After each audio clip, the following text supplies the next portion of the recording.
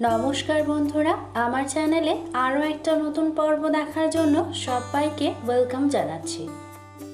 আমের সিজন প্রায় শেষ হতেই চলল, তাই আমের সিজন শেষ হওয়ার আগেই এরকম ঠান্ডা ঠান্ডা এক গ্লাস ম্যাঙ্গো লস্যি বানিয়ে নিতেই পারেন।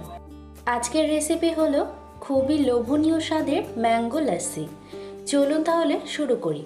তার জন্য এখানে আমি একটা মিক্সিং জার নিয়েছি। ওর মধ্যে নিয়ে নেব 300 গ্রাম আমের পাল্প। আমটা যেন মিষ্টি হয় সেটা দেখেই নিতে হবে। জারটার ঢাকনা বন্ধ করে দিয়ে ব্লেন্ড করে নেব আর একটা খুব স্মুথ পিউরি বানিয়ে নেব। চলুন তাহলে লস্যিটা বানিয়ে নিই। তার জন্য এখানে আমি একটা বড় আকারের বোলের মধ্যে নিয়ে নিয়েছি 300 গ্রাম দই, আর এতে দিয়ে দেব 3 টেবিল চামচের মতন চিনি।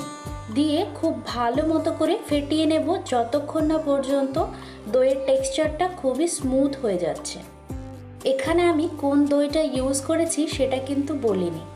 এখানে আপনারা টক দইটাই ব্যবহার করবেন, কিন্তু আমার বোন ভুল করে এখানে মিষ্টি দই নিয়ে চলে এসেছিলো, তাই আমি এখানে মিষ্টি দই দিয়েই লস্যিটাকে বানিয়ে নিয়েছি। তো দইটা খুব ভালো মতো করে স্মুথ হয়ে গেছে। এখন আমি ওর মধ্যে দিয়ে দিলাম 2 টেবিল চামচের মতন দুধটা দিয়ে খুব ভালো মতো করে মিশিয়ে নিয়ে এখন এর মধ্যে দিয়ে দেব তৈরি করে রাখা আমের পাল্পটা, আর সাথে সাথে দিয়ে দেব 5 থেকে 6 টুকরো বরফ। এতে করে আমের যে কালারটা খুবই ভাইব্রেন্ট একটা কালার চলে আসবে। তো এখন সব কিছু দিয়ে আরও একবার খুব ভালো মতো করে মিশিয়ে নিচ্ছি। তো সব খুব ভালো মতো করে মেশানো হয়ে গেছে।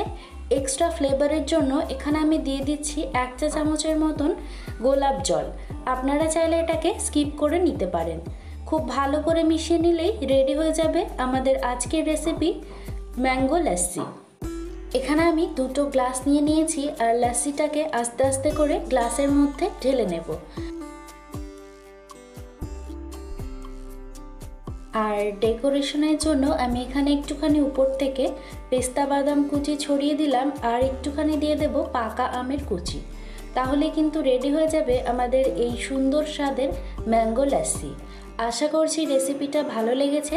যদি ভালো লেগে থাকে অবশ্যই একটা লাইক করে দেবেন, আর এরকম আরও নতুনত্ব রেসিপি পেতে আমার চ্যানেলটিকে সাবস্ক্রাইব করে নিতে পারেন। Thanks for watching.